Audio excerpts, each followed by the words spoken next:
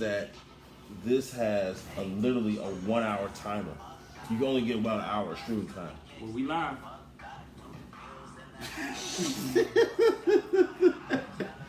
You kind of sprung that on me. Yeah, we live. We're live. We are fucking. I wasn't prepared. We just had a whole conversation. Now I got like too many video clips on Instagram right now. They're probably wondering, what the fuck is he doing? We going in 7:05. It's 7:01 right now. We going at 7:05, people. 7:05. 7:05. 7:05. How y'all doing out there? It looks good. That looks good. My upper body is getting big, man. I need to shrink that down. Keisha Hudson, what's going on? What's up, Keisha? We're looking good. We're looking good. We got, actually, we might take it from 7:02. We're going at 7:04. So 2 minutes, we are popping off. Y'all remember this? Do y'all remember when Kendrick Lamar first came out? Kendrick Lamar is actually the shit. Like when he first came out, like Kendrick Lamar was that nigga when he first came out. Like everybody was on him, and then women started liking him, and then niggas was like, no man, I don't really do that. Because you know how we hate when everybody else starts to like something. People need to stop hating on Kendrick. Hello, Levy. Who? What's going on, man? Justin Hanna. We are going in 1 minute. 1 minute, people. We had a little technical difficulty. I'm very broad-chested and bold. I need to tone that down. I'm looking like a fucking linebacker. No, you didn't pass line, bro. You look like a defensive tackle, man. You do look like a defensive tackle, nigga. All right, well, nigga. Don't knock that. Oh, my bad. I'm sorry. She said no. No. Yes, I do. All right, let's do a quick sound check. But before we forget, we'll sound check real quick.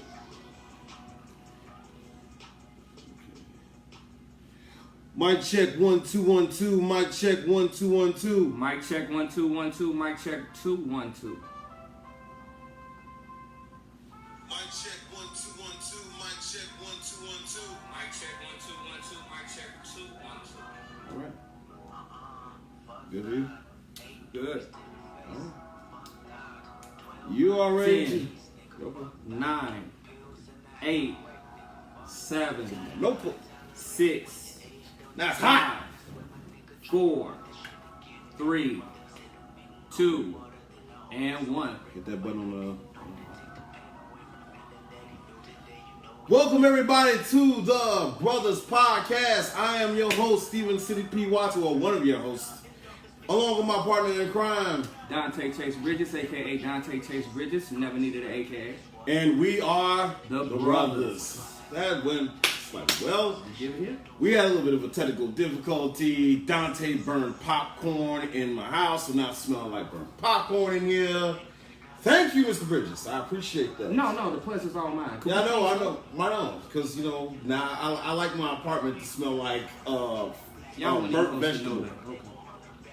Burnt vegetable. Thanks a lot. All right. Corn ain't even a vegetable no more. Corn is a grain. Corn is a grain. See? Right there. Still, it is burnt and it smells in my house. Can we please come on? All right. So, let's get started. As usual, we got a really great show for you today. It's a very special topic that's really near and dear to this city. It's something we need to talk about. It's very important. But first, let's get to some town hall business. Mr. Bridges, what do you have for us today? The first lady that I would like to bring up is a lady that I've been shouting out because she's been doing her thing in Chicago. I would like to give it up for Rasha, the holistic nurse. What does she do? What does she do? Womb healing, yoga, holistic healing, overall healing, and she's on the conventional side of the game with her nursing. So look out for her, man. You can catch her on Rasa, the holistic nurse, or Rasa go on the an nurse. event like, what's that? No, Rasta the holistic nurse. Rastafarian, the holistic nurse. I didn't- Rasha, the holistic Watch nurse. that name, sorry. Eventbrite. You can catch her events on Eventbrite. Just go to her page, check her out, man. Say that the brother sent you, man. She'll give you a 99% discount. That is not true. Don't do that. Wow. But go on her page, check her out, man. Oh, we had fun. Almost. All right. Got one for us? I gotta shout out my younger brother, the rapper extraordinaire, JMC. He's got his show coming up tomorrow. If you do not have necessary information, hit him up on his Facebook page, Jeremy Williams, or JMC, his fan page on Facebook. Show's coming up tomorrow, folks. He's hot. Daydreams to reality. You better look out for him. What do you got? Man, I got another person I want to shout out. Shout out to my frat brother Spud City P Cotton. He's doing a show tonight. Give a special shout out to him, man. He's gonna be doing this thing. With somebody else I was supposed to shout out. We'll get to that, man. But you got one though. Okay, a couple more. First of all, let's shout out people who are tuning in live. Keisha on Facebook, Mary on Instagram, Justin Hannah. Sade on Instagram. Who else? Justin Hannah. Justin Hannah on your page. What's up, y'all? Thank y'all for tuning in. I got a shout out. This is actually a very interesting shout out, real quick, to a Jennifer Williams. She's in a group of us, a Facebook group called The Locker Room. I've actually had the pleasure of meeting her. Y'all don't know this, but Jennifer Williams just became a viral sensation. And what she do? She's the one responsible for questioning CJ McCollum about winning a playoff game, and his response was, "I'm trying, Jennifer." Well, we had the pleasure of knowing Jennifer. So Jennifer Williams, Jennifer X Williams, she is the one. You started something, girl. You started a trend. Jump on that. Shout out to you. Jump on that. I guess you got one more. Anything else? Actually, I think I'm about done with Okay, this. so I got one more shout out to a good friend of mine, a man I know also from the Locker Room, the sports group, is Abasi Thompson. He is one of our finest, or somewhat finest, Chicago police. Right. He's a Chicago police officer. I think he's going to be on duty tonight, so be safe out there, brother. Which brings us to our topic of today, this evening. We're talking about Chicago violence. Sure are. And it's something that has really been gripping our city hard.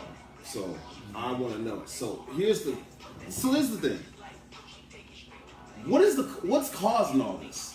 What is really causing all this? And what is why is the media hyping this up? What is causing this? Because I kind of don't. The way I look at it is, I know it has a lot to do with poverty. I know it has to do a lot with the job market. I know it has a lot to do with, the drug game as well. Definitely the drug game. There's a series on Netflix, I think it's called Dope or Narcos. Yeah, Dope. Yeah. Definitely check that out. It broke down the whole in last year. But yeah, it's caused put a grip on the city of Chicago, or has it? That's my personal opinion. I mean, what do you feel about it? We get into the actual question of it, because I'm gonna give y'all a disclaimer right now. I don't have the quote unquote popular or majority opinion about what's going on in Chicago. I feel like it's a little bit more insidious. I feel like it's a little bit more calculated, and I don't feel like it's surface deep at all. So just to give y'all that disclaimer. So if we get into the actual question. Well, have we ever not been candid? Yeah, but we're gonna get real candid right now. You know what? We might get kicked off Facebook. How candid? Let me go ahead and put you on time. So I'm gonna give you about what time is it right now? No, I don't need time. All right, go ahead. I think and I want you to be a part of this too, because I think this is something that we all need to understand. Okay. When you're talking about Chicago violence, let me just start off by saying one thing. Mm-hmm. I think that Chicago violence is something that's been in the making for the past 50 years. Now, when you say 50 years, the first thing that you think is, oh my God, what is that, 50s, 60s? No. 50 years ago was 1970. So that's not that far apart. I feel that the crime in Chicago is a controlled experiment to exterminate the black population in order to repopulate Chicago with Caucasians and other ethnic groups that they feel is suitable for city living. Sounds a lot like gentrification. Gentrification, but if gentrification was part of the purge. Because what I truly feel, I feel this has too many insidious things that going on with it. Like, for instance, we all talk about the Bay truck. We talk about the 73 shootings that was going on. But I just want y'all to challenge our minds to understand how many people do you feel was arrested after these 73 shootings that happened just a week ago? Just tell me that. Oh, if you were on my page, you can actually go to the Brothers Podcast and check it out on the Brothers Podcast, okay? From my page, okay? So, how many people do you think that was captured, arrested for the 73 shootings? Not one single one. Do you know how many cameras? Do you know how many sound trackers? Do you know how many voice recording systems that's in the city of Chicago? Chicago is one of the biggest metropolitan cities in the United States of America. Yeah. And it's enforced with security just like one of the biggest cities. Yeah. So you really think if it was 73 shootings going on, and I'm not even saying that 73 people didn't get hurt, but what I'm telling you is, if you really think that low-level gang members, quote unquote, was the cause of 73 shootings happening in Chicago, do you think that no one or no camera would have picked it up? And there's a camera on every single corner in the city of Chicago. There's motion detectors on every single corner in the city of Chicago. You have certain instruments that if you shoot a gun, they have the ability to track the sound where it originally came from in the city of Chicago. But you're going to sit here and tell me that no one knows how these 73 people died. And said, well, I don't know if 73 people died, but these 73 people were either critically wounded or died. There is no way possible in this big metropolitan city that that could have happened without the help or assistance of the government. Or you can not be aware about it either. Because the thing is, there's a lot of people don't understand that they're acting like they don't know that there's a fight going on, or they don't know what exactly it is. There's way too much media coverage, but there's not enough explanation as to why. And you want to know, and if people are just sitting there wondering, like, oh my God, what is this happening? Why is this happening? And it's just, they know. Trust me, they know. They know exactly how the system works. This is the system. And here's the thing, though. This is not something that's new. This is very much almost systemic in a way. This has been going on. This is a simple, I look at it as a very simple gentrification system. Okay. I think it's much more than gentrification because, like I said, it's insidious. And when you say insidious, it means that it has cruel intentions for a specific demographic. And the African American demographic is the ones that's being targeted. Why? The census is off as far as how many African Americans there truly are, especially in the city of Chicago. City of Chicago, African Americans are the majority. I know they say that we're the minority, but we are the majority in the city of Chicago. How much would a percentage would you say we would make up in the city? I would say we would make up about 68%, between 60 and somewhere in the high 60s. So we're okay. So let's basically we are the majority. We're so over let's 50%. say to say that Chicago is predominantly black. Chicago is a predominantly black city, and Chicago is a microcosm of the predominant cities in America. Because when you're dealing with the Clevelands, when you're dealing with just Midwest cities, Detroit, Minneapolis, St. Paul, Chicago, Cincinnati, Midwestern cities, we are the predominant people in the Midwest. And there is a reason why black people are being targeted. And this alludes back to the Chicago violence. The Chicago violence is controlled. Because like I said, 73 gang members ain't shoot 73 people. Because it'd be 73 people in jail if that was the case. It is a controlled violence in order to exterminate the people of Chicago, meaning the black people of Chicago. So when you're thinking about this, and the reason why I'm saying it like this, because I want to challenge you to stop looking at this as we need to put the guns down. If you hear another 92.3 reference to put the guns down, you need to go to that goddamn radio station and say, listen, stop feeding us this bull. You know what's funny about that is they got notorious rappers who are known for gun violence dropping these advertisements telling you to put the guns down. It's the most hypocritical stuff I ever seen in my life. And now I understand that. It's a runaround. It's the ring around the rosy. Only thing it is a distraction, because if the guns need to be put down, and stop putting the guns into the communities in the back alleys. There are so many evidence. There's so many incidents of guns being dropped off in the neighborhood of Roseland, in the neighborhood of West Pullman, in the neighborhood of the Backyards, Pocket Town, that people have documented, showed camera instances of these people putting it inside of the neighborhood. And I'm pretty sure a dude named Ray Ray ain't the ones who's dropping out crates of foreign ammunition. Remember when they talked about how this is a Trump-free zone? You know what I mean? You might wonder how much of an impact that really means when they say this is a Trump-free zone. Because, you know, obviously Trump is not pro-black.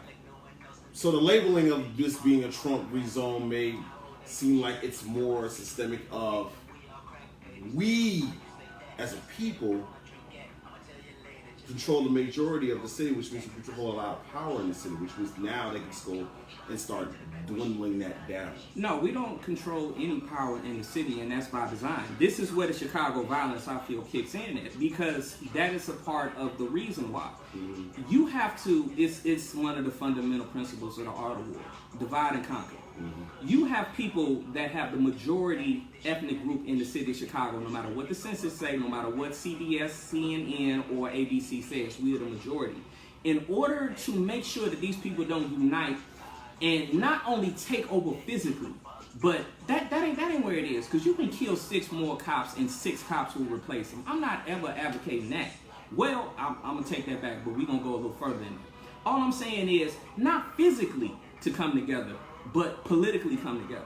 Because if you got millions of people in the city of Chicago that's able to fund lobbyists in order to pass bills that can go inside of our communities, that can help our communities, that can pass initiatives that can go inside of our communities and give this 1 out of 5 African American male a job. Because everybody knows that when crime goes up, jobs are going down. And when jobs go up, crime goes down.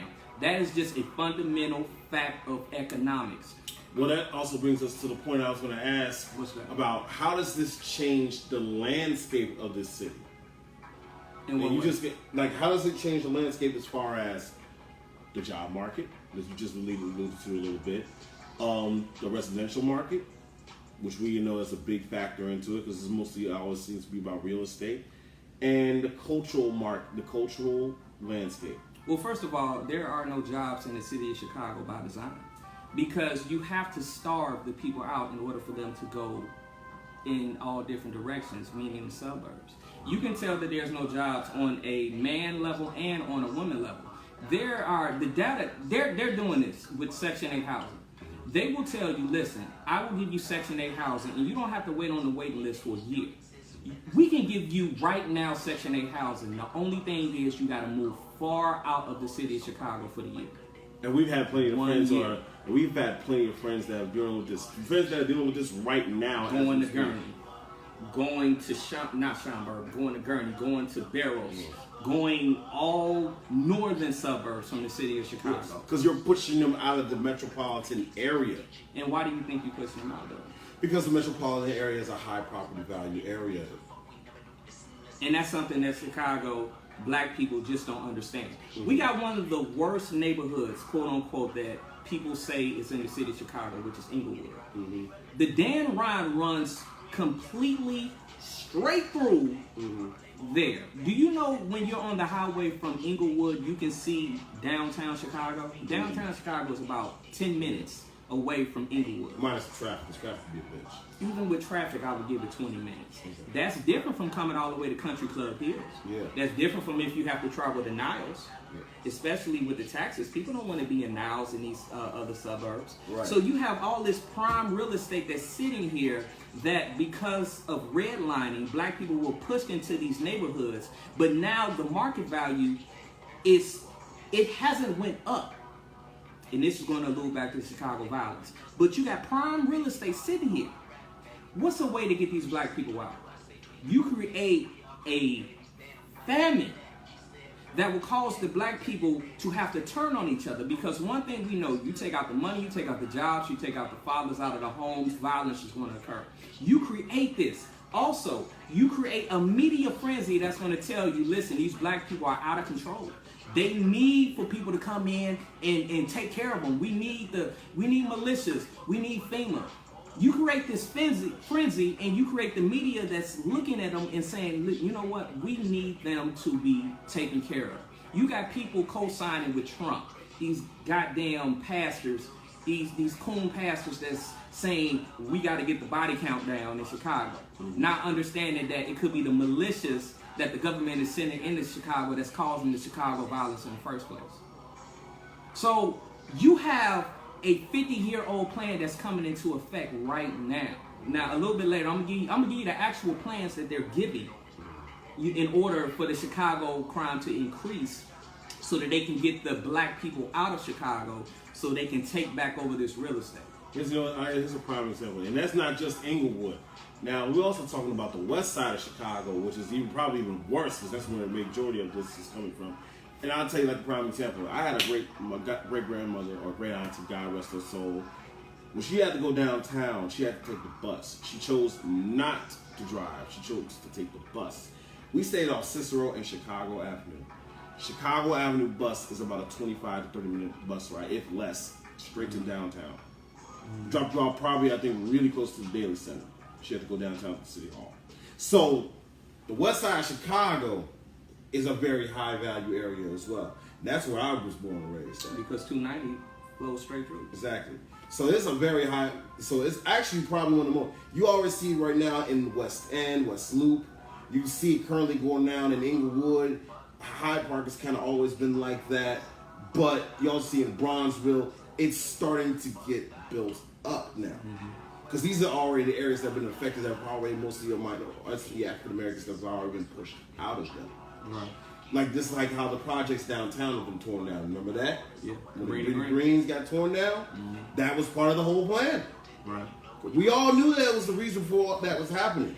And they're pushing Cabrini Greens, all the residents into the overpopulated neighborhoods and the Lower East Side, and then send them some to the South Side, the South suburbs, so on the Country Club Hills, to Dalton, to Harvey. It's like I said, systemic. And when you say systemic, what do you mean by systemic? It's part of the process, because it's always been happening like this. It's just a process. It's a process that has been going on for years. You said about 50 or so years, right? This was a plan 50 years in the making. Yeah. And they had planned this, and it's currently coming into fruition. Yeah.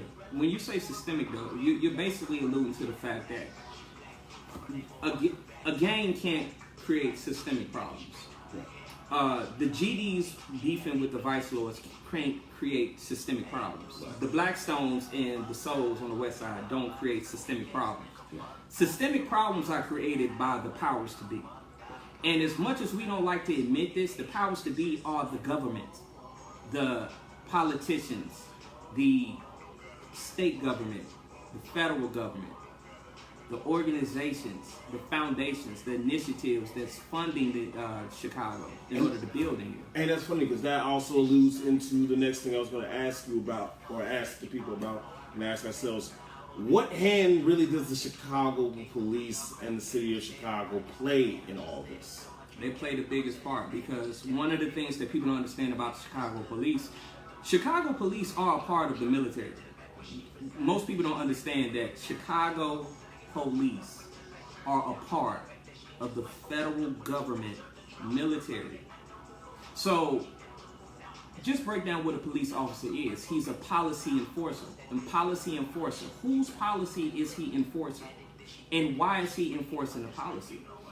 There is an act, okay? I don't know if too many people are familiar with this. It's called the Rex 84 Act. It started when they were, quote-unquote, Black Panther extremists. And the reason why I say quote-unquote, because they were just fighting for civil justice inside of their own neighborhoods.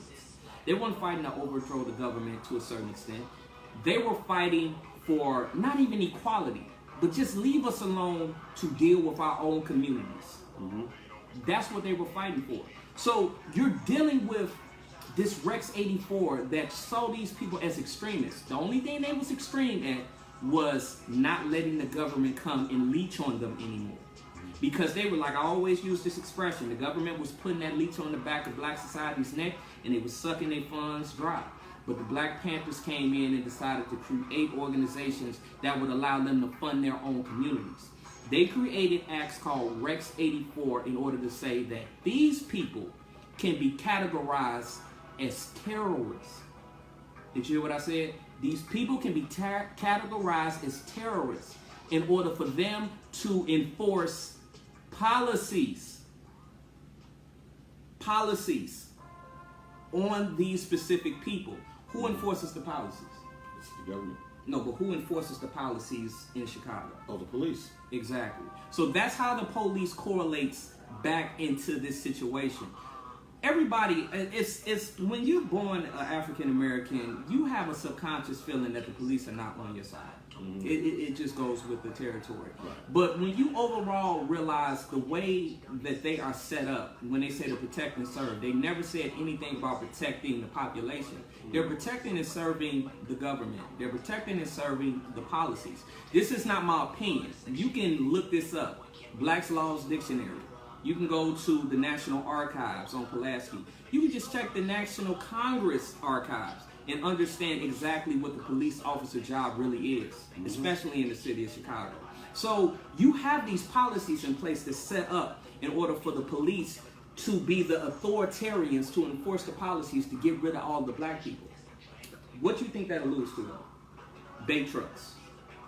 Why do you think they're trying to go out of their way to entrap African American boys, in not as much as African American women, but the African American protectors, which are the boys that's going to grow into men? Why do you think they're going out their way to do this, bro? Why do you think they're going out? Because we're the primary target of all this. Because we're the primary protectors, potential protectors of all this. So they see us as the bigger threat. We are the threat. Yeah. And so when I alluded to Rex 84, Rex 84 legally made it so that if you see and this is true, go look this up. Don't take my word for anything. Don't take my word for nothing. I am just a man. Go look it up for yourself. Do your own research. Mm-hmm. They created the Rex 84 in order to go inside of the black community and say, we have legal papers that if you are a black activist, if you are a black leader, if you are a part of a black organization, aka gangs, we have the right to classify you as a terrorist. And if we classify you as a terrorist, according to our policy, we have the right to come in, not give you a fair trial, suspend the Constitution, and take you off to these camps, aka FEMA camps. And this is what they were doing in the city of Chicago. Matter of fact, they had a building that they were basically caging black people in. You heard about that? That was off the books. These are not things that I'm just talking about. Rex 84 was in effect. That was the reason why they were able to create this building and pull these black people off the street, because they was classified as terrorists. And here's the thing about this system.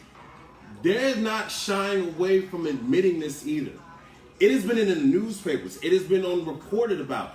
They just had a report not too long ago, I think, the Chicago Tribune just posted about the Chicago police has been dubbed as the most corrupt police force, one of the most corrupt police forces in America. They're not denying this. They're not lying about this. They're not sugarcoating this. They're making it well known this is a real thing that's happening. The bait trucks, the private prisons. This is not a lie. We've known this. People on the street know this. Mm-hmm. The media in our city knows this. As a matter of fact, they took it one step further with the Rex 84. They have enacted what we now know as the BIE, which is the Black Identity Extremists. So let's go back to these 73 killings that happened in the city of Chicago. If you were a part of it, meaning that if you were a family member that had someone die in these 73 killings or wounded, and you decided that you're going to say, I don't want to stand for this anymore, I'm going to protest. Do you know what they now are able to do? They're now able to say that your activism, you just saying that I'm not standing for my little son that's 17 years old, had nothing to do for getting shot no more. They have now made it legal for your activism to be classified as extreme terrorism or domestic terrorism inside of your community. So even the mother that just had their son murdered in the street can be classified as an extreme terrorist according to the BIE. And you know what now they can do? You gone. You're gone. There's so many angles. Like I said, Chicago has become almost like a controlled experiment, kind of like when you put rats inside of a maze, and you give them cheese and they run around and you can understand the psychology of them. Well, Chicago has now become a place where you have to understand the psychology of where you're living at.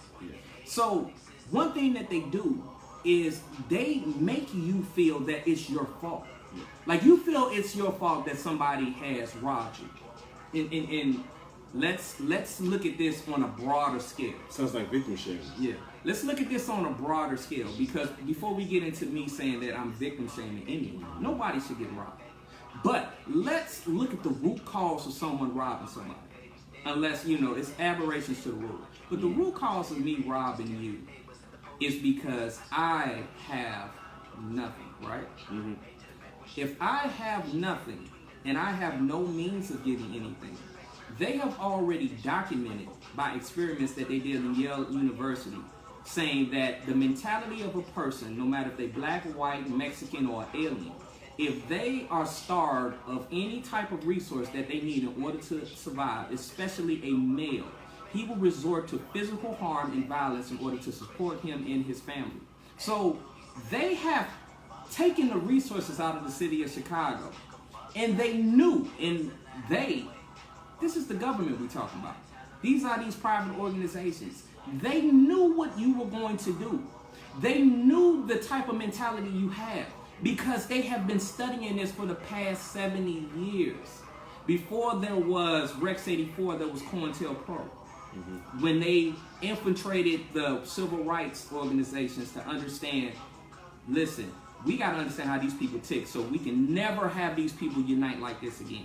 You had the Muslims, you had Moors, you had Hebrew Israelites, you had even the church people, the Christians, all uniting in order to fight against black civil rights. They could have never let that happen again.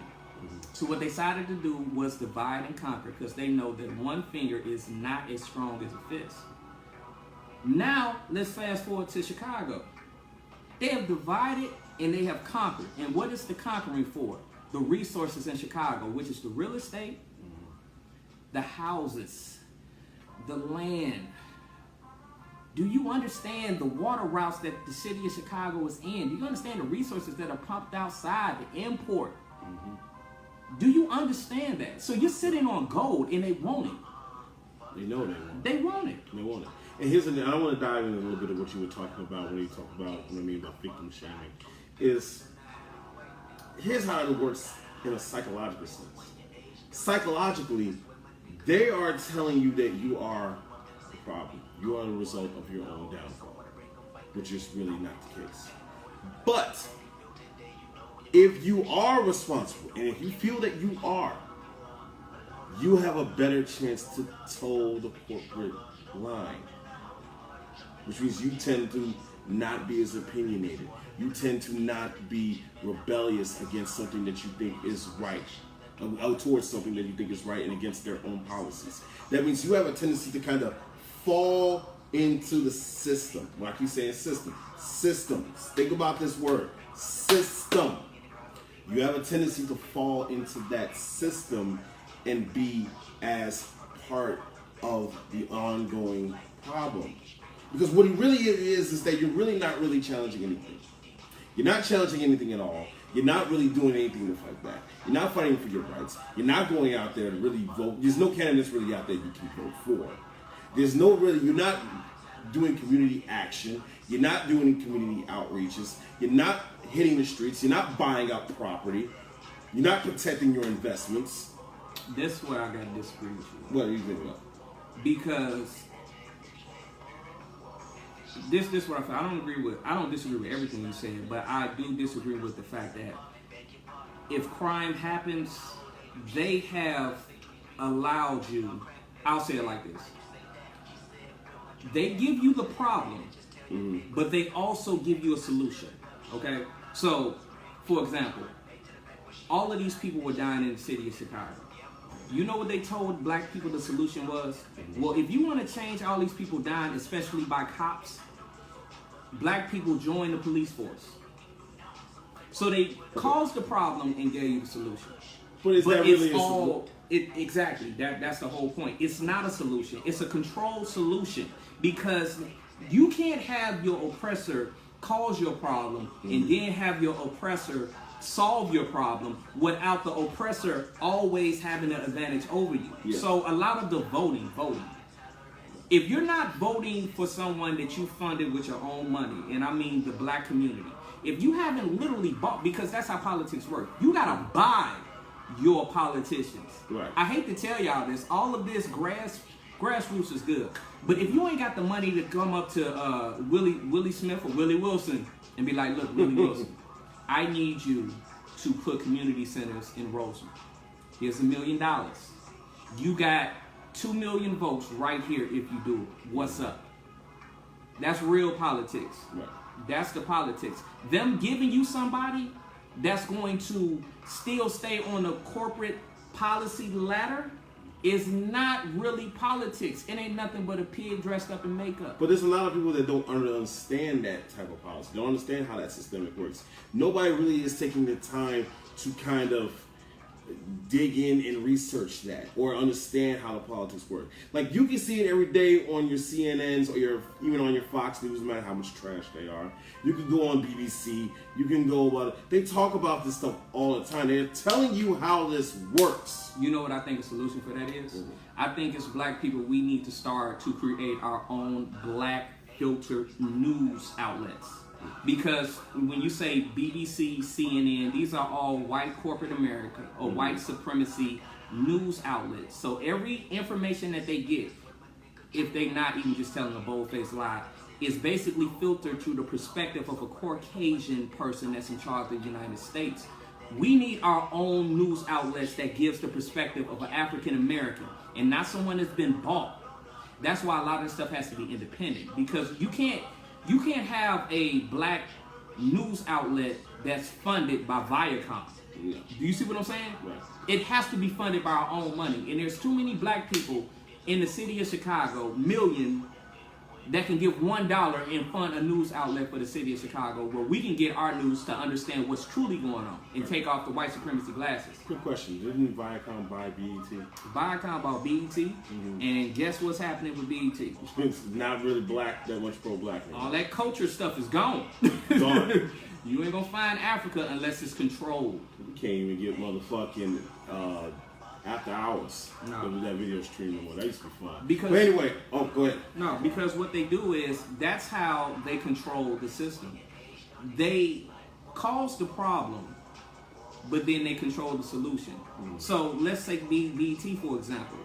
They can cause the devastation that would allow you to say, we have to stand up and have rights. Then they can buy BET and control a black girl's rock ceremony that will only highlight the issues that white America feels that's safe to highlight. Causing a problem, controlling the solution. But here's the question about that I have to ask you. Now, understand they caused the problem and they give you a solution. But like I said, when we talk about these news and media outlets, the thing is about these news and media outlets is that even though they can do spread as many lies as they want to, which they usually do, they also do tell you the truth. They also put the truth blatantly right there in your face. The question of really is us as a people that we don't really do anything with it. They expect us. We're in a process right now. I feel like in a system where even if they tell us the truth, we're still not going to do anything. Give me an example when the news has put, and I'm being objective. I know it sounds like I'm setting you up, but I just want to know an example of when the news has given us true knowledge. And by news, I mean ABC, like the news outlets. When have they given us truthful knowledge? Truthful knowledge. Like about truthful. what's going on out here? About what's going on here. Well, the bait trucks. Okay. The bait trucks is a prime example. The bait trucks, they reported this. They're telling you that this setting up young black males to get incarcerated. Okay. They made it very kind of clear. They put cameras up. They showed us this is happening. So technically, they have given, that's an example right there. Right. They have given us that type of information. They've even, I think it was a report that explained about how actually the Section 8 housing projects, you know, the Section 8 system works. It's an interesting story. Remember that that young lady from Indiana? There's a story that came out. It was a young lady from Indiana that spent 9 years rent-free. No, I didn't hear about So there was a young lady that spent 9 that was part of a realty company. That she never, her owner, the boss, was incarcerated. Got locked up for, I think, fraud. The agreement that she had was that if she would stay, as long as she was an employee of that company, she would get to stay in that house rent-free. The company was still active while this man was incarcerated. So technically, when they shut it down, they never came for her in her agreement. So the housing was still kind of like really just out there, which is a number of a bunch of thousands and thousands of housing properties in Indiana. So she stayed in that house for 9 years, rent-free. Never paid a dime to the city of Chicago. I mean, city of Indiana, I'm sorry, in Indiana in general. She never paid a dime to anyone. They found out about that. And they had to make her pay. It's sort of, look, if you want the property, you're going to have to pay rent or buy the property. It's about, sadly, $7,800 to buy the property. I believe it is the case. Which is not bad because of the fact that you can go 9 years. The problem is she didn't spend any money. I think I did hear about it. Okay. The problem is she didn't save any money because you're in an income in Indiana. Now, I don't know about how y'all feel about it, but Indiana's job market is not that great. It's not that much greater than it is here. So Indiana, so she really, I guess she didn't really have that much of a job. So, but anyway, the point is, even if there is some way of a loophole around this system, or if maybe if they're telling you the problems within the system, they're broadcasting to you, but we're not doing anything to take advantage of it. We're not doing anything with this knowledge. We're not doing anything. It's right there in front of us. Even though they lie to us so much, it's right there in front of us and we're not doing anything about it. So what exactly can we really do with this information if we're not even going to try? You know what I mean? I hear you. You hear me, but I feel like, you know, it's kind of like, okay, I mean, I probably really wandered off a little bit on that one, but understand. But I'm just trying to make a point. The point is that these situations, the media is of course a liar, but they do tell you the truth. It's kind of like a balance in a way. It's like there's a little bit of lie and there's a little bit of truth. And it's kind of up for us to kind of figure that out, what it is. Let me give you an example of something. Okay. Let's take a man that is inevitably cheating on his girlfriend. He gives her a bit of truth and he lies. So it's not that he's lying, he's omitting what's going on, his situation. So he might tell her that, yes, I had a past with this girl, but he's not telling you that he's still continuing the future with this girl. He's telling you enough for you to be aware so that you can gain trust. As he goes and does bull behind your back. Why did I use that? Bait trucks. How many do you really think in the city of Chicago that was the only bait truck in the city of Chicago this year? This year ain't even over. You know how long we've been hearing stories about bait trucks? Do you? But how many times have a bait truck been cast? How many times have they just publicly went out with the bait truck? This bait truck is all over the internet, all over the news media. Do you really think that this is the only bait truck out there? Do you really think this is the only bait car out here? What do I mean by that? They feed you a little bit. Because if they just smack the hell out of you all the damn time, that would allow people to say, you know what, I have a common enemy. This is a black and white situation.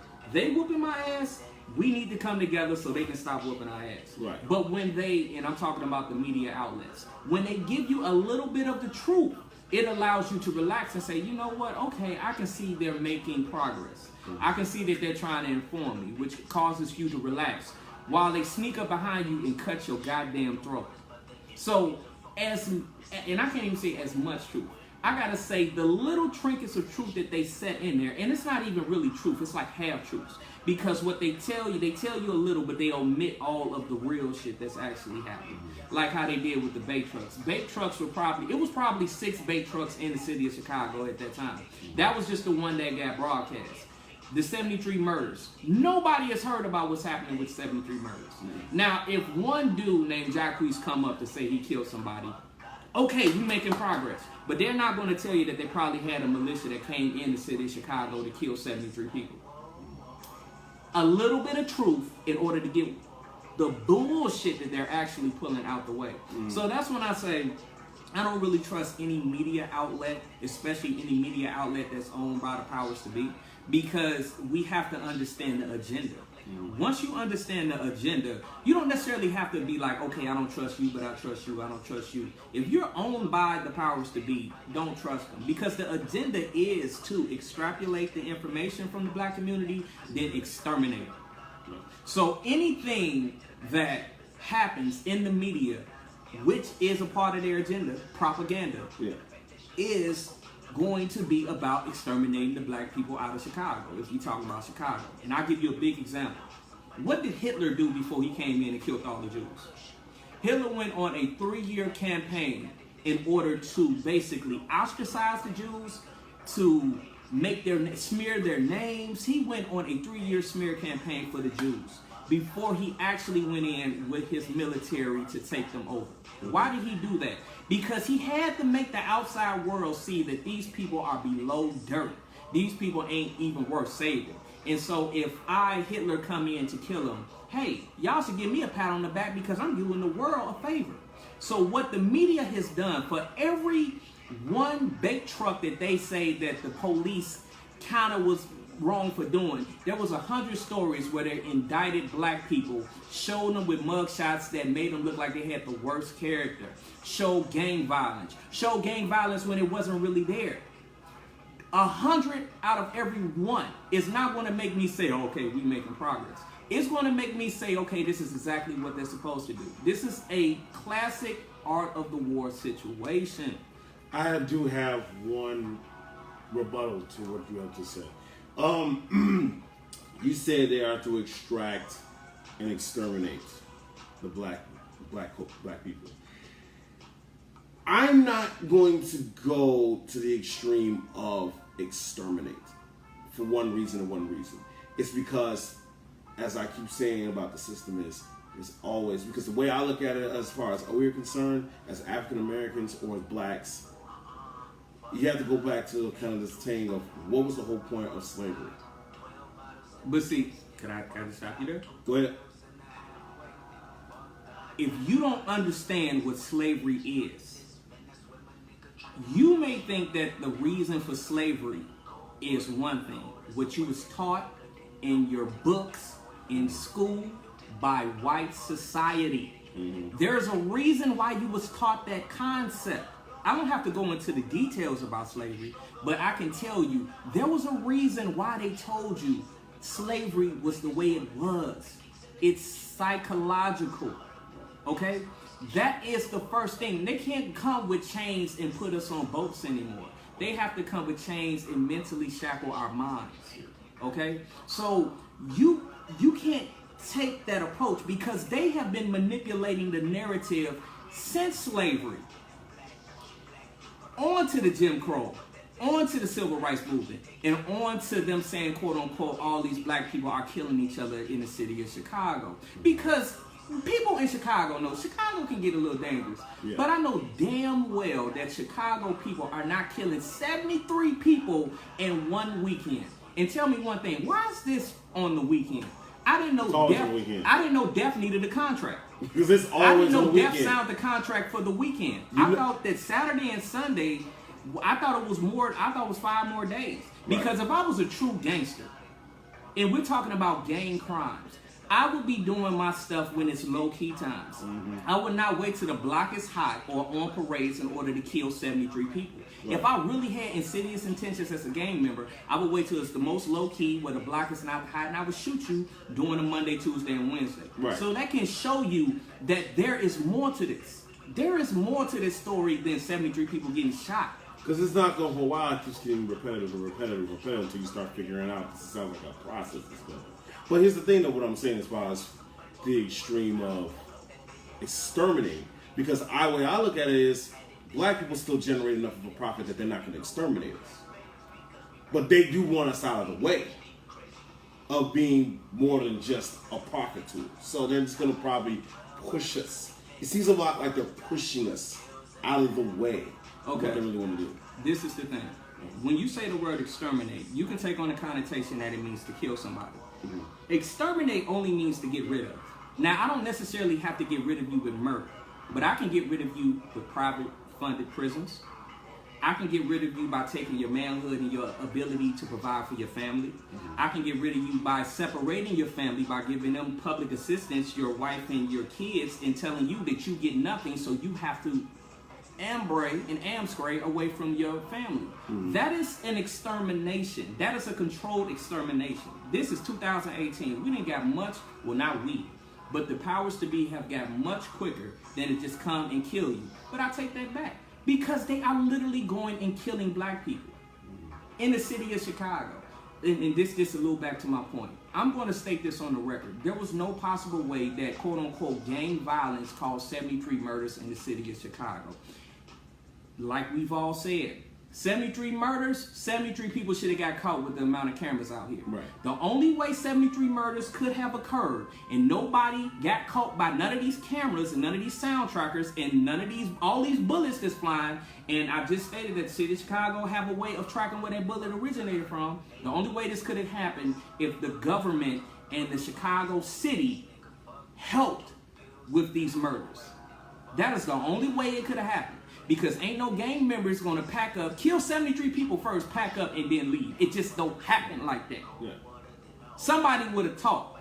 This city is segregated. So these black gangbangers would have went back to their sections of towns where the cameras are everywhere, and they would have eventually got caught. It's been a week and nobody got caught. You can't tell me that that ain't systematic setup of black people trying to be exterminated or propaganda being set up. Remember that key word is system. So at the end of the day, it was like, okay, well, what can we do? All right, all right, we understand we broke it down. So what exactly can we do as a people to finish this? What we need to figure out a way, because this cannot keep going on forever. One of the ways that we can fix this whole thing, and it's going to seem like the smallest thing in the world, but this is one of the biggest things.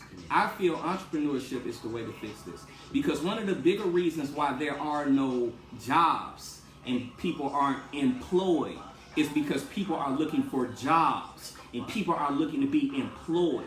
And once you're employed, I don't care what you do, you have to, on some line, follow the policy of who you are employed for, which silences your voice. And right now, the black man in the city of Chicago, if he can find a job, is being silenced, because he know if he raises his voice and actually has the status and says the shit that I'm saying right now, that he can be eradicated, exterminated from his own job. So it is time to understand that you have to learn, and Dr. Boyce Watkins once said this, the most important thing that a black boy can learn to do is to make money for himself. Right. Not go and look for another job, but create jobs. Not be the employee, but be the employer. So in other words, That's the biggest thing. So you have to create your own job market. We have to create our own job market. Create your own job market, because you know what that does? That gives you the autonomy to do whatever you feel. You take me, for instance. I have the autonomy to come on here and give my opinion about what's going on, because I have the autonomy of my own life. I am not strapped to another person. I don't have to extrapolate information to the powers to be in order for me to stay working and eating. I can be here, I can give my opinion, and then I can go home and take care of myself. Now, if you don't have that autonomy of your own life, especially a black man, then you don't have anything. You're going to answer to somebody, and let's say something bad breaks out in the city of Chicago. Most people say, hey, don't get involved with that, man. Don't ruin your career. Don't ruin your life. All right? Most people even tell you, hey, man, don't ruin your life. If your boss say something, just duck your head and be going and mosey on. Damn all that. If you create your own economy by creating your own jobs, then you don't have to answer to that. You can flow the way you flow. You can control your own communities in the way that the Black Panthers did in the 70s. That's how you do it. It's not about just entrepreneurship. It's about having the autonomy of your own life. And if the black man had the autonomy of his own life, now he can control his families. That would eradicate a lot of the Section 8. That would eradicate a lot of the public assistance. That would eradicate a lot of the boys that's turned into these quote-unquote gangbangers that's going out here killing 73 people. Really? But let's not hide the fact that there are some of these gangbangers out there who are literally, they're not gangbanging, out there killing 73 people. They're out there really not being productive. They're not making any money to the family. That's why it is more important to have that sense of entrepreneurship. Now more than ever, we need a sense of entrepreneurship because we need to start generating. Black Wall Street was a prime example of that, and look what they did to that. We all know the history behind Black Wall Street. We have the ability to create our own market. We have the ability to fund ourselves. We have enough money. We have the ability. The money that we spend on the most materialistic things can uproot our communities within the blink of an eye. Right. But we need to start acting on that. That is the very first step. We got to take care of home. Taking care of home. You always hear somebody, this is the old school saying. It's an old school saying. Your mother probably told you that. Your grandmother told you that. Your grandfather told you that. Take care of home first. Right. We got to start taking care of home, people. I got another solution. And this is something that starts when you're 4 or 5 years old. School. I advise, if you can, all African Americans take their children out of these public school systems where they're teaching you a history that psychologically shackles the brain and makes you feel that the Caucasian person is above you and superior to you by teaching you a history that is an absolute lie.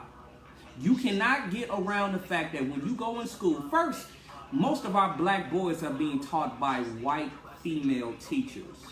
And there's already an understanding that white females view black boys as being bigger, taller, stronger, and more aggressive than they actually are. They look at black boys as being 17 when they're really 10. So there's a fear that they cannot actually go and dive deep and actually help these people.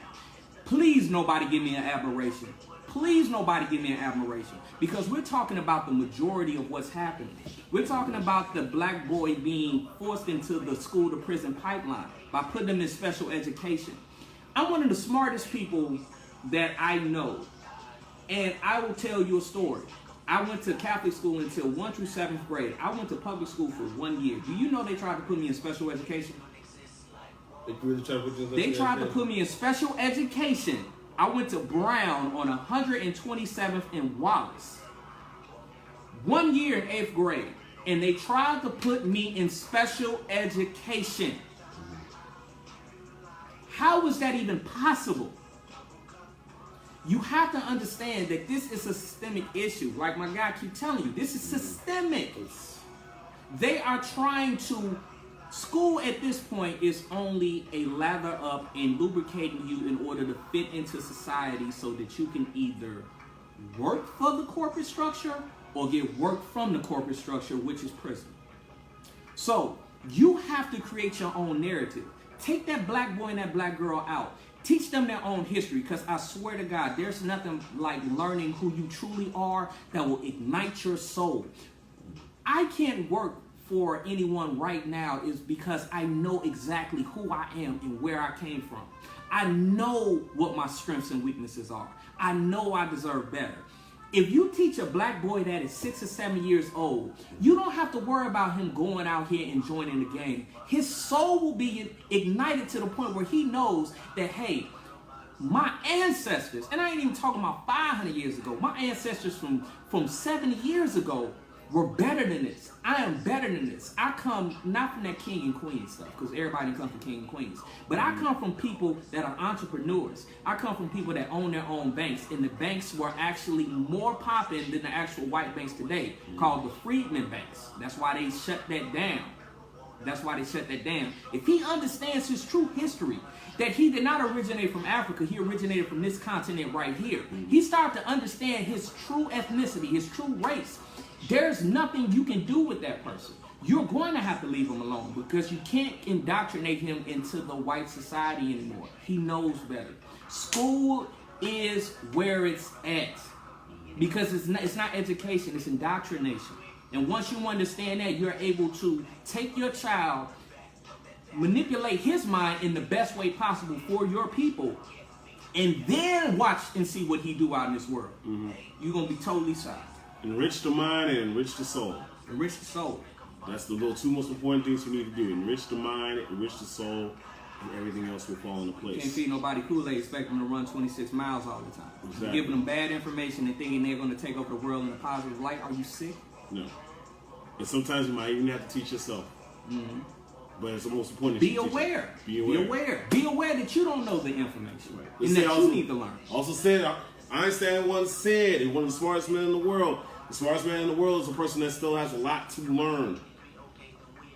We still have a lot to learn. Even as much as we know, we still have a lot to learn. And we're going to continue to keep learning. The better you know what you're dealing with, the better you know what you're up against. That's true. How you think we're doing on time right now? We're doing about, let's see, less than a minute and 30. That will conclude this episode of the Brothers Podcast. Yeah, Can we give it up for ourselves real quick? Yeah, it's hot in here. It's hot because we got to heat it up in here. And what's out here the air on? Like I always say, you're going to agree with some things. You're going to disagree with some things. But the one thing you're going to learn. And this is just a platform to open up discussion, people. And to challenge yourselves to think in a different perspective. If you have a difference of opinion, like we said, we always welcome open discussion. I have a Facebook. He has a Facebook. Stephen City P. Watson is my Facebook name. Dante Chase Bridges is his Facebook name. The man over here also has his own brand called Chase Your Zodiac Health and Wellness. I almost fucked up again. Chase Your Zodiac Health and Wellness. He also does zodiac readings. I got some projects lined up myself. We are going to hit you in the head with as much knowledge and intelligent conversation as much as we can. And if there's something that you think we're wrong about, please let us know. Let us know. And on that note, we are out of here. We love y'all. We'll see you on the next time. Peace.